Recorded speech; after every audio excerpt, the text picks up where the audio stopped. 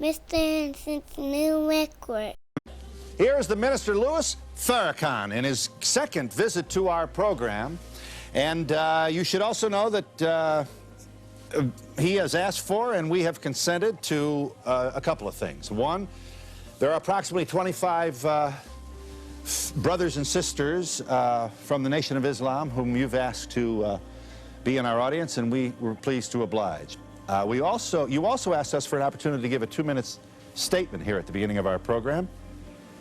And like the magnanimous person that you've always known me to be, we should say this, that we do you no favors, Minister Farrakhan. You're entitled to these airwaves. They belong to the people.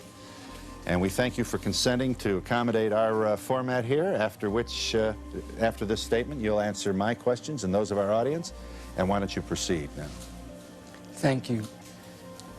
In the name of Allah, the Beneficent, the Merciful, my dear visitors and friends, and those of you in our television audience, the United States of America, one of the greatest nations in the last 6,000 years, is in grave trouble, not because of the power of a foreign government, but because of an internal rot and decadence that could very well sentence this nation to the ignominy that many of her sister nations have gone to before her. America is in the path of Sodom and Gomorrah, ancient Egypt, Babylon, and Rome. And at the core of this internal problem of America is the unwanted presence of nearly 30 to 40 million black people who didn't come on the Nina, the Pinta, the Santa Maria, or the Mayflower, but who came in the holds of ships. And from the day that our fathers set the soles of their feet in the Western Hemisphere, our cry has been for justice, and our cry is for justice today. I am not before you to anger you, to upset you. I am before you as an instrument, I hope, of peace, and I hope of reason. As a student of the Honorable Elijah Muhammad, I want you to know that I'm not an enemy of America, nor am I an enemy of Jews or white people, and certainly I'm not an enemy of black people. But I hope you will understand before this is over that I am pro-truth, pro-justice, and I hope for the liberation of our people and the salvation of this nation. Thank you very much.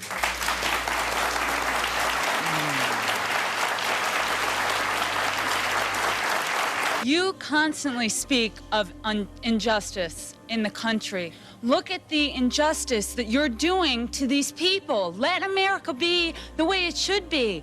What do you want to separate everyone for? What is the purpose of that? That's not this country. Not my time, please. First, miss, you said let America be what it should be. Should is the conditional. And the conditions now, ma'am, the conditions are that America is separate. You have 2 million Indians on reservations, Indian women being sterilized. You have 30 million blacks unemployed, unemployable. Whites and Jews but and look, all different kinds of people, not just black. Miss, I gotta tell you this. Listen. Miss, Jews have organizations and leaders looking out for their concerns. Whites have organizations and leaders looking out for their concerns. As a black person, I reserve the right to look out for the concerns of my own people. And if we all look out for the concerns of our people and do justice by our people and by one another, then possibly America might be conditionally what you think it ought to be, but I really don't think you got that amount of time. Yes. Yes, ma'am. I can dare say this is the only country on the face of the earth where black, brown, white, polka-dotted all have equal opportunity. They can make it. Of course, I have to respond. Briefly. Minister Farrakhan, I've been reading the NAACP reports and the National Urban League reports, and recently I was reading in the Washington Post where Dr. Kenneth Clark, one of our greats, was now lamenting over the fact that he has found that America is indeed separate and unequal, and that he has lived his entire life fighting for integration. Would you please, for these few moments, to the blacks who are listening in the audience, speak of a black united front and how we can begin to pull our people together? Certainly, the lady who raised the point that America is a great land of opportunity, we can't deny that America has given everyone who has come opportunity. But to the blacks who built this, I suggest to you, miss, you are not qualified to speak for us.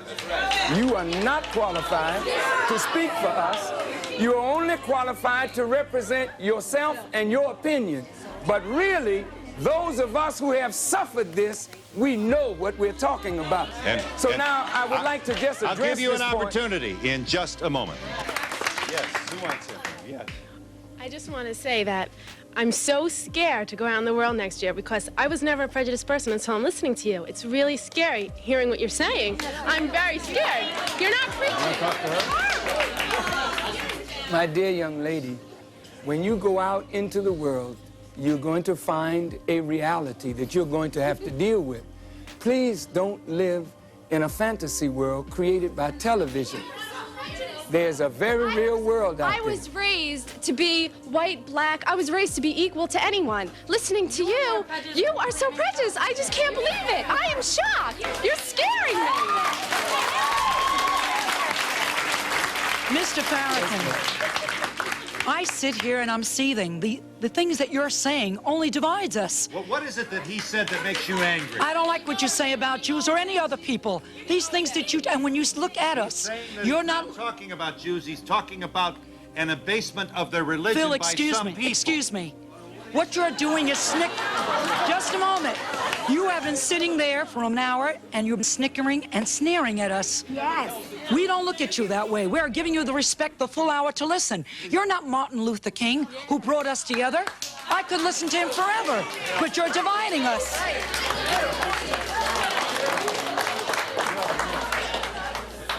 Well, since I have 1 minute, I really thank you for the privilege of speaking to you and with you. I would hope that we as black people would come together and form a united front to deal with the problems that confront us. And then I would hope that whites would actually begin to know more about the condition that you are totally oblivious to.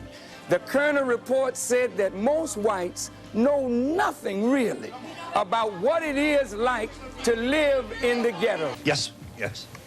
I would just like to say that I am terrified that even you, someone who's obviously educated, has given up hope completely. Like when you call upon us, you say white folk, you say black people, Jewish people. Why can't we come together? We obviously can come together. We just have to find a way to do it.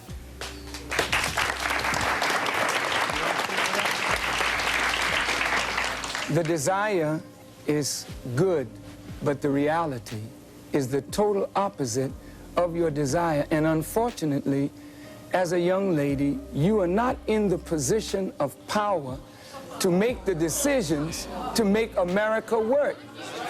May I, you know, as an audience of intelligent people, I would like to just take a moment to say to you that I really don't think you fully understand what has happened to these people that you look at as second class or inferior citizens in this nation. Black people who were brought to this country were stripped of their names, language, culture, religion, God, and taken totally away from the history of themselves. Here are 30 million people who don't wear their own names. They wear your names. who don't speak their own language. They speak English, which is not their language. They never, never were allowed their own cultural expression of Africa.